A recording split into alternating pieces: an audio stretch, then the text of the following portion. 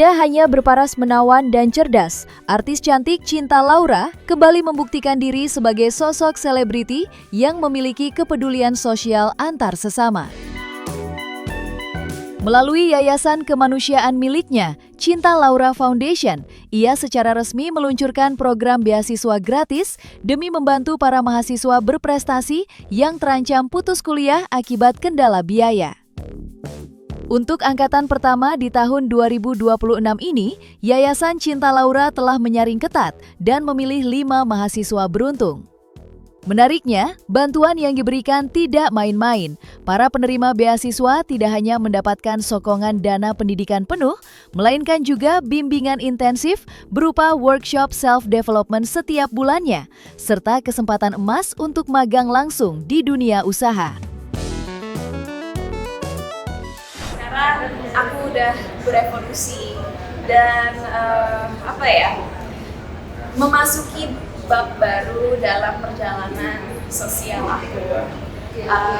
Di tahun ini secara official Cinta Laura Foundation diluncurkan, dan inisiatif pertama kita sebagai sebuah yayasan adalah program Tuntaskan Mimpimu, yaitu sebuah program yang memberikan beasiswa bagi mahasiswa dan mahasiswi kuliah yang harus putus sekolah karena kendala biaya dan lain sebagainya.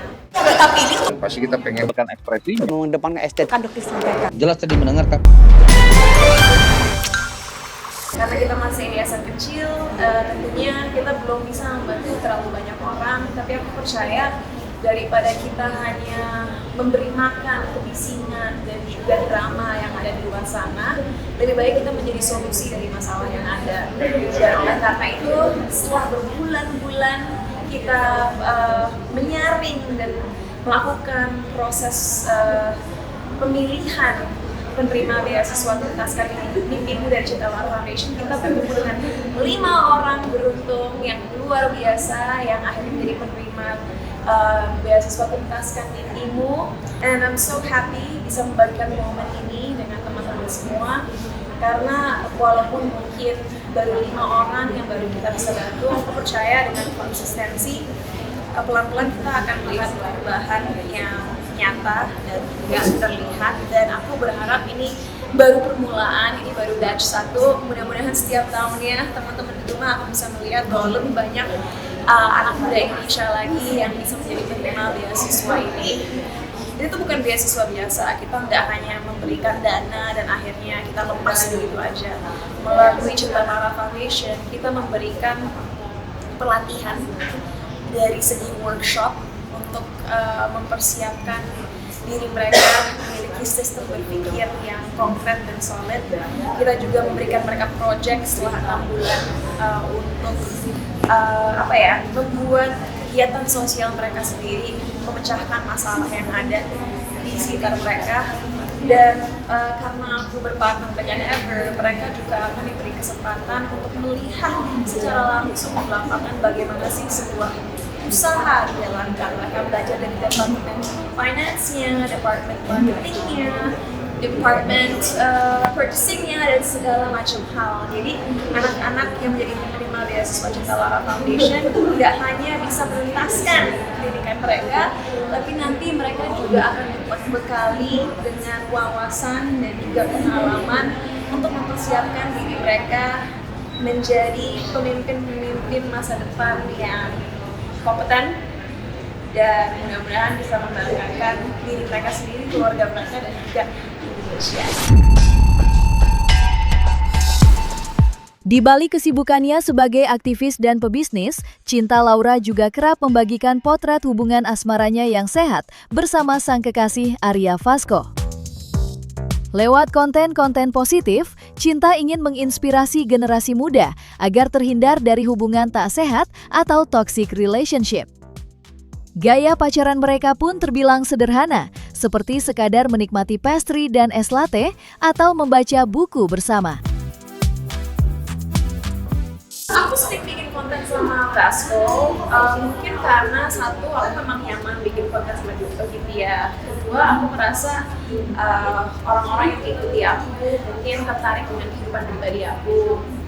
ketiga aku ngerasa konten-konten yang kita buat selalu antara lucu dan bahkan mungkin bisa menginspirasi orang-orang juga di luar sana bagaimana menjalankan hubungan yang sehat gitu. Kan kayaknya banyak sekali orang terperangkap dalam toxic relationship atau sering galau dan lain sebagainya. Secara nggak langsung aku berusaha menunjukkan hubungan yang sehat itu memungkinkan loh, dan caranya gini gitu.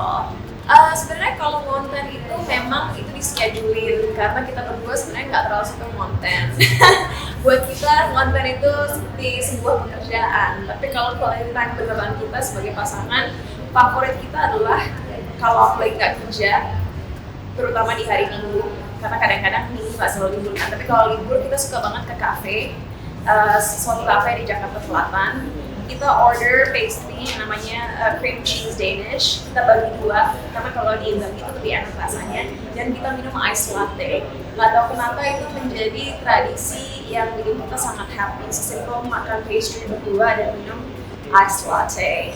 Nah, kalau memang aku lagi libur yang kita suka lakukan juga adalah ke salah satu hotel di Jakarta Selatan karena vibes-nya itu sangat Bali.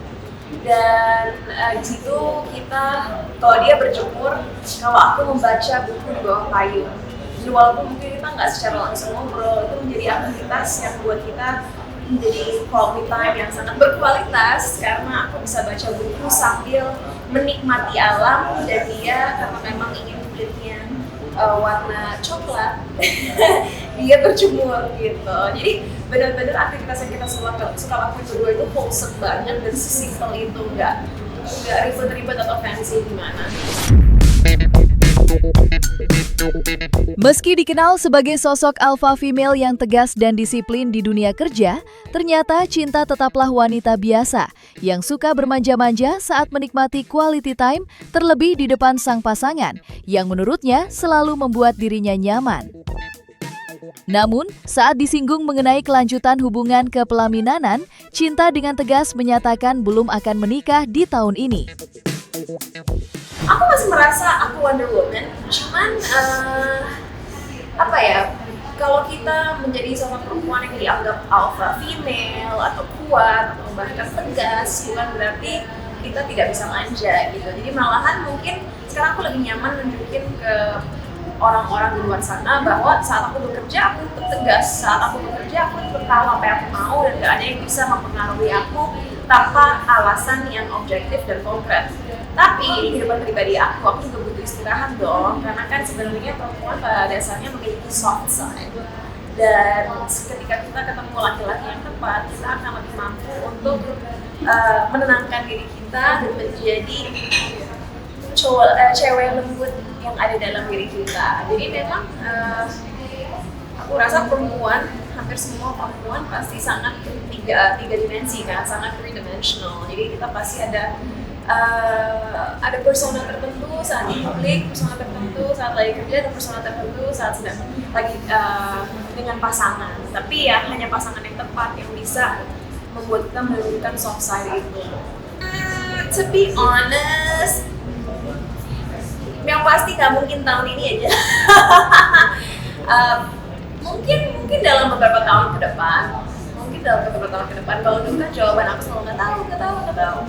Sekarang aku bisa bilang mungkin dalam beberapa tahun ke depan, tapi yang pasti nggak tahun ini. Jadi doain aja yang terbaik. Kalau emang kita baik satu sama lain, mudah-mudahan dalam waktu beberapa tahun ke depan, 1-2 tahun ke depan, dapatnya we'll see. Aku nggak bisa kasih timeline yang konkret, yang pasti nggak tahun ini aja. Jadi don't worry, nggak akan tiba-tiba cinta udah sudah menikah.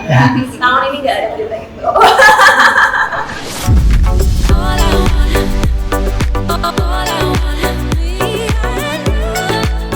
Dan jangan lupa untuk like, subscribe, dan juga share channel YouTube Cumi Cumi.